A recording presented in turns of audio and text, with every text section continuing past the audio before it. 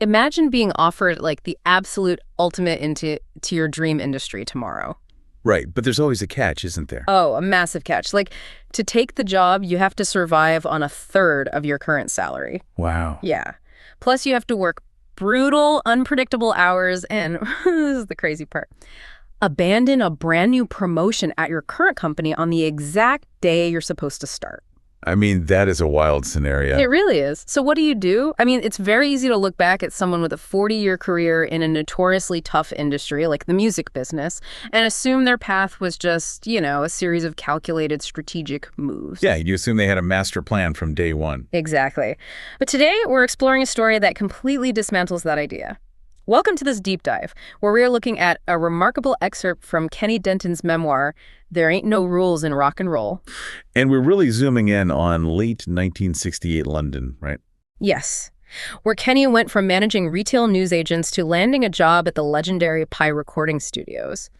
So, okay, let's unpack this, because setting the scene here is vital for you to understand just how crazy this jump was. It really is. What's fascinating here is the underlying architecture of a life-changing moment.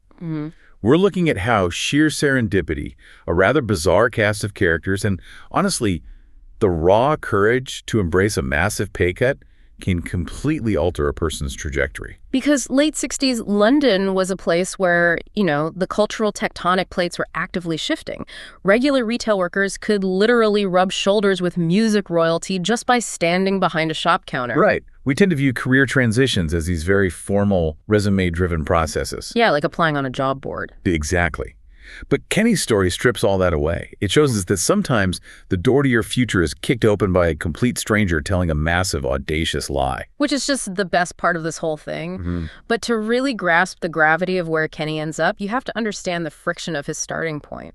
Oh, for sure. In 1968, he's geographically orbiting the music scene, but professionally, he's light years away. Yeah, he's working as a relief manager for a chain of London newsagents. He's bouncing between different central London shops, and he is just starry-eyed. I mean, he's serving the massive celebrities of the era. People like television host Simon D. and Sean Connery. Right.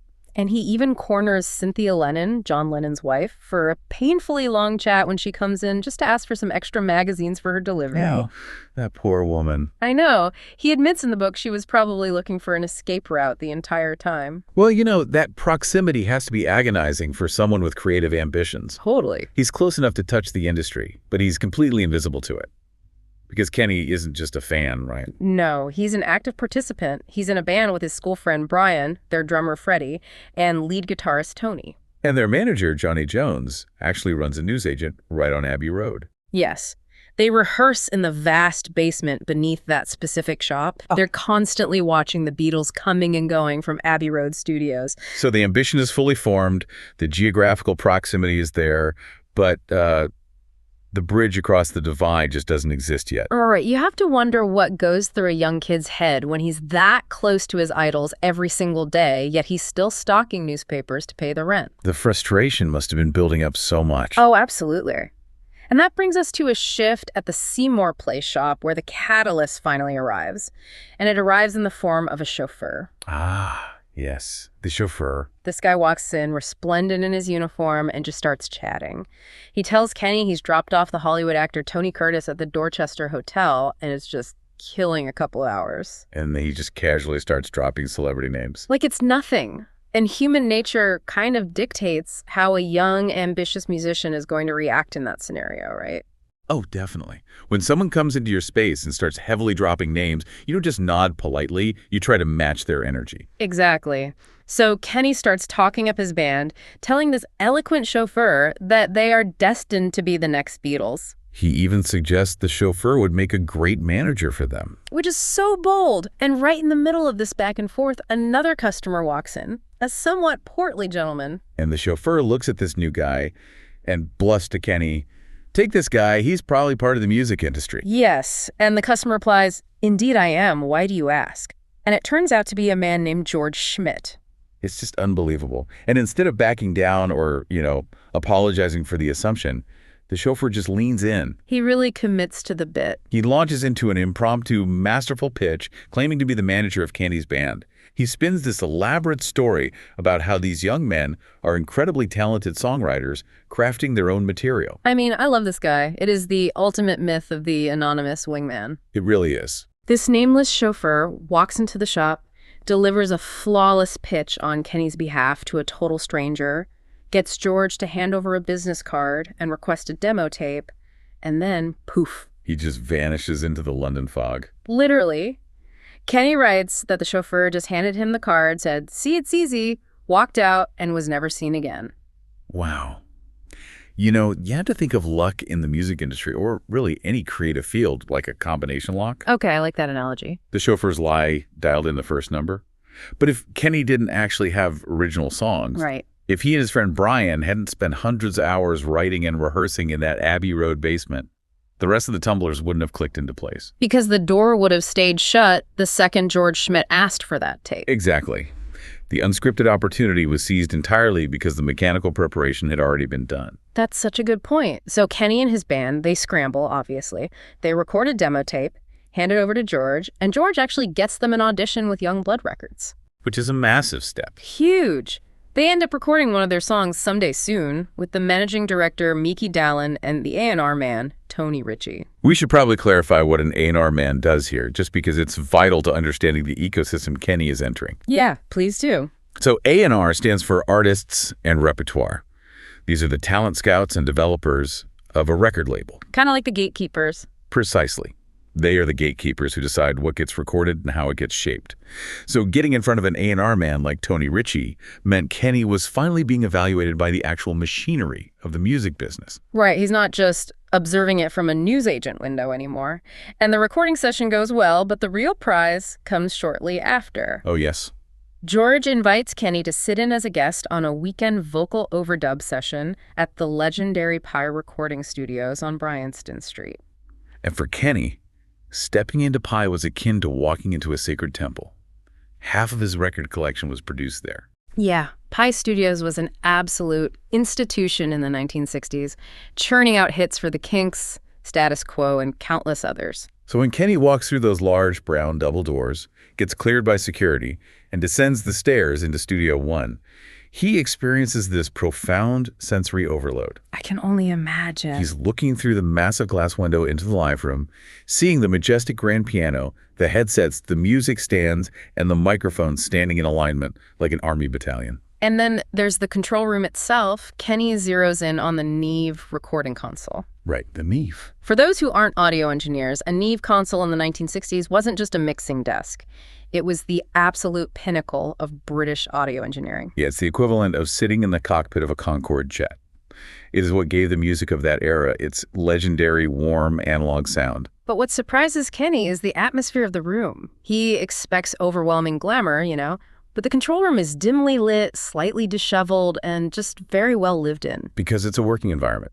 And presiding over this environment is Mickey Dallin, who becomes Kenny's archetype for a record producer. Oh, Mickey's outfit. We have to talk about the outfit. Yes. Mickey is wearing a black mohair suit, a white satin shirt with a massive collar, and wooden Cuban heels adorned with colored suede. It is a very specific, striking visual, very 60s London.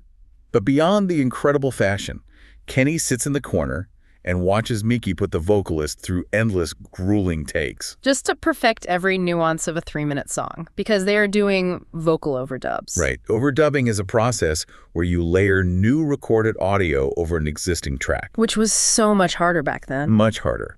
In the analog days, this meant meticulously winding tape back, finding the exact punch-in point, and having a vocalist sing a specific harmony or fix a single stray syllable. Over and over again. Over and over, until the performance was flawless. Which makes me wonder, does hearing about that tedious, repetitive process shatter the illusion of rock and roll for the average listener? It probably does for some. I mean, we are constantly fed this myth of bands just vibing in a room, catching magic in a bottle on the first take.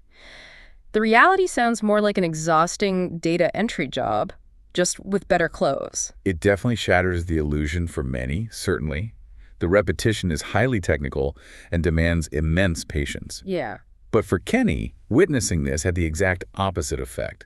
It wasn't just the music that hooked him, it was the intoxicating pursuit of perfection. No, I like that. He recognized that the producer's true power was rooted in that relentless, unseen work. This dimly lit, messy room was where the actual art was forged. It's worth asking yourself, have you ever stepped into a completely new, demanding environment and felt an instant, undeniable sense of alignment? That is exactly what Kenny experienced that Sunday afternoon. But knowing where you belong is one thing. Actually transitioning your life to get there is another thing entirely. Yes, that's where things get really complicated. So over the next few weeks, George tells Kenny there might be an opening for a tea boy at Pie Studios and offers to set up an interview. And a tea boy is exactly what it sounds like. Yep, the absolute bottom rung of the ladder. Making tea, running errands, fetching food for the engineers and producers. And meanwhile, Kenny's actual day job takes a miserable turn. He is assigned to a small shop in Montrose Place, adjacent to Belgrave Square. Right, and he's the only staff member there. There are no breaks, just prolonged, isolated hours, managing the store completely alone. So out of nowhere, he gets a call from his area supervisor, a Mr. McAndrews. And they do not have a good relationship. No, they definitely don't. McAndrews tells Kenny he needs to meet him after closing time to discuss a matter of great significance. Which is never a good sign. Never. So Kenny is absolutely convinced he is about to be fired. And here is where his behavior takes a wildly chaotic turn. Oh, this part is amazing. He spends his entire final shift giving away the shop's stock to random customers. Just handing it out. Yeah. He makes up wild excuses, telling people the shop is closing down or that they are the lucky customer of the day. He practically empties the shelves. It is a phenomenal reaction and psychologically very telling, I think. Really? How so? Well, we often see people unconsciously engineer chaotic exits when they are terrified of stagnating in a place they know they need to leave. Oh, I see. They push past the point of no return, so they can't change their minds. Hold on, giving away all the inventory. I struggle to see that as some deep subconscious psychological move to burn the boats. You don't think so? To me, that just sounds like an angry 20-something throwing a tantrum because he hates his boss and assumes he's already fired. Are we giving him too much credit by calling it engineered chaos? Well, it is easy to dismiss it as a mere tantrum, but look at the broader context of his internal state. He had tasted the music industry at Pie Studios. True, he knew what was out there. He knew retail was a dead end. But leaving a steady paycheck is terrifying, especially when the alternative is a precarious interview for a tea boy position. Yeah, that's a huge risk. So by emptying the shop, he was ensuring there was no path back. We see this pattern in many high-stakes transitions. Like what? An employee will purposely miss a crucial deadline at a job they secretly despise. Or someone will pick an unresolvable fight at the tail end of a failing relationship. I see what you mean. The conscious mind says, I'm just angry, but the subconscious is building a wall behind them, so the only possible direction is forward. Kenny forced his own hand. Wow, okay, that makes a lot of sense. And he desperately needed to because the universe immediately tried to trap him. It really did. At 6 p.m., McAndrews arrives at the shop, somehow completely misses the fact that the shelves are nearly bare, and sits Kenny down in the back office. But instead of firing him. Right. Instead of firing him, McAndrews reveals that head office is thrilled with Kenny's overall performance. Unbelievable. They are promoting him to a permanent position at a notoriously problematic shop on Kensington Church Street. It is a classic corporate trap. Oh, completely. The Kensington shop is essentially used as a punishment assignment to cycle out unwanted employees. It comes with a significant pay raise, but it has no live-in accommodation, which was standard for retail managers back then, because Kenny isn't married. So Kenny, having just given away half the store's inventory, sits there and accepts this promotion. Knowing full well he is supposed to interview at Pie Studios on the exact day he is scheduled to start this horrible new job. He has effectively built a wall behind him, and now he has to figure out how to scale it. Which brings us to D-Day, Monday morning. Ah, yes. The morning of the interview. Kenny is scheduled to start at the dreaded Kensington Church Street shop at 4 a.m. to prep the daily newspapers. It is pouring rain, and 3 of his 4 paper boys simply don't show up. It's just a disaster from the start. Complete disaster. Under any normal circumstance, a newly promoted manager would have stayed, delivered the papers himself, apologized to the angry customers, and tried to salvage the morning. But his motivation is entirely gone. Exactly. He waits for the morning staff to arrive, delegates the chaos to them, and just abandons ship. He walks out into the rain and heads straight to Bryanston Street for his interview. And by the time he reaches the studio, the adrenaline of abandoning his job is wearing off. Oh, I bet. The physical reality of the moment's really hitting him. His legs feel like jelly, his voice drops an octave, and he describes his mouth as being drier than Gandhi's flip-flop. Which is just such a brilliant, vivid description of pure anxiety. So vivid. He enters the compact outer office, and the secretary shouts to him, Mr. Pat Godwin, that his appointment has arrived. From behind the inner door, a gravelly voice just commands, "Send him in." And the setting of this interview is nothing like the awe-inspiring Neve control room he saw before. No, not at all. Kenny walks into an incredibly plain office. There are no gold records on the wall, no flashy posters. Just Pat Godwin sitting at his desk, wearing large black-rimmed glasses, entirely engrossed in a newspaper. He doesn't even look up when Kenny enters. The visual hierarchy is established immediately, right? Yeah. Godwin is communicating that this interview is a formality, and Kenny's presence is barely registering on his radar. Yeah, but the detail that really stands out is the furniture. Oh, the fridges. Yes. There are 2 refrigerators positioned in the corners of the room, acting like giant stereo speakers. Why on earth did an office manager in 1968 have 2 refrigerators in a plain office? It acts as an unintentional flex of studio wealth and resources. A flex. Yeah. In late 60s London, consumer goods like refrigerators were still significant household investments. Having 2 of them in a single office, seemingly just to balance the room visually, highlights the massive financial disparity between the corporate music machine and the people trying to break into it. That makes total sense. Kenny notes that his own family didn't even own 1 refrigerator at home. Right. And that visual flex heavily contrasts with the brutal reality of the job Godwin is about to pitch him. Godwin finally lowers his newspaper, asks Kenny about his current retail salary, which is £22 per week, and then lays out the terms for the Pi Studios T-Boy job. And the terms are designed to test resolve, honestly. The hours are incredibly long. Start and finish times are entirely irregular based on session demands. Right. Overtime is obligatory, meaning you've basically no control over your evenings or weekends. And the salary for this privilege, £7 and 10 shillings a week. A massive drop. They offer time and a half after 6 p.m., double time after midnight, and they will cover a cab home if a session runs past 10 p.m. But on paper, he is being asked to accept less than a third of his current salary to work grueling, unpredictable hours. It's a huge gamble. Think about your own financial responsibilities right now. If someone offered you the ultimate entry-level role in your dream industry today, but it required you to survive on a third of your income, would you genuinely take it? It is easy to romanticize the choice in hindsight, knowing he goes on to have a 40-year career. Right, because we know the ending. Exactly. But in that room, facing those 2 refrigerators and a man who barely looked at him, Kenny was choosing near poverty for the chance to fetch tea and empty ashtrays. Yet he accepts it instantly. He admits that he probably would have paid them £7 and 10 shillings a week just for the right to breathe the air in that building. I love that. So Godwin suggests a month-long trial, and when Kenny asks for a week to serve his notice at the newsagent, Godwin agrees. So Kenny just floats out of the studio, a mix of disbelief and sheer exhilaration, and heads back to the chaos of the Kensington shop to face the music. But as soon as he arrives, McAndrews is waiting for him. Oh, of course he is. McAndrews demands his keys, fires him on the spot for abandoning the morning shift, and severely informs him that he won't be getting a reference. And Kenny's reaction is just total indifference. Because the severing of ties is now complete. Yeah. The universe, acting through McAndrews, formally released him from a career he had already mentally abandoned the day he gave away the stock in Montrose Place. That's a beautiful way to put it. And the story offers a wonderfully poetic coda, too. It does.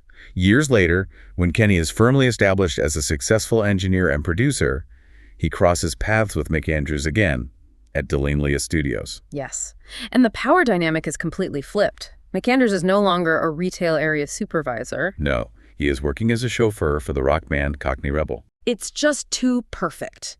From the nameless chauffeur who sparked the entire journey with a lie, to his old nemesis ending up as a chauffeur himself. The circularity of it allowed Kenny to look his old boss in the eye and sincerely thank him for firing him that rainy morning.